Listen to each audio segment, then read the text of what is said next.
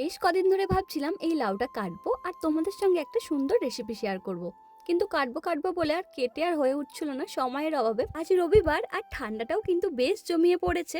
সকালে বরের সেই রকম কোনো কাজ ছিল না, ও আঁকিয়ে ওঠার পর আমি বললাম আমাকে এই লাউটা পেড়ে দেবে, তারপরে ও আমাকে লাউটা পেড়ে দিল। আর আমিও এখানে আলু আর লাউটা কেটে নিয়েছি আর তার সঙ্গে কিন্তু মশলাটাও রেডি করে রেখেছি। আর এখানে আমি দুটো ডিম নিয়ে নিয়েছি। আজকের রান্নাটা কিন্তু আমি এই ডিম দিয়েই করব। আমি এই রান্নাটা আমার মায়ের কাছ থেকে শিখেছি আর আমার মা কিন্তু এই রান্নাটা খুব সুন্দরভাবে করে।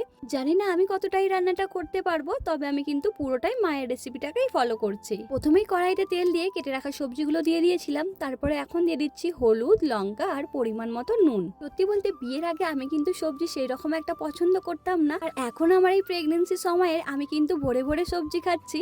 আর দেখো এখন কিন্তু আমি জল দিয়ে সেদ্ধ বসিয়ে নিলাম আর একটু জিরে ভেজে নিচ্ছি তার সঙ্গে। আর ডিমটাকে কিন্তু ঝুরু ঝুরু করে আমি এখানে ভেজে নিয়েছি। ব্যাস অর্ধেক রান্না কিন্তু এখানে হয়েই এসেছে। এবার কড়াইতে লঙ্কা আর পেঁয়াজগুলো ভেজে নিলাম, তার সঙ্গে দিয়ে দিলাম একটু রসুন বাটা। আর ঝালের জন্য আমি কিন্তু এর মাঝে একটু গুঁড়ো লঙ্কা অ্যাড করেছিলাম। মশলা কষানো তো আমার হয়ে গেছে, তাই আমি ঝোলটা এবার দিয়ে দিচ্ছি। আর শেষে যে জিরেটা গুঁড়িয়ে রেখেছিলাম সেটাও এর ওপর হালকা করে ছড়িয়ে দিলাম। এতে কিন্তু দারুণ লাগে।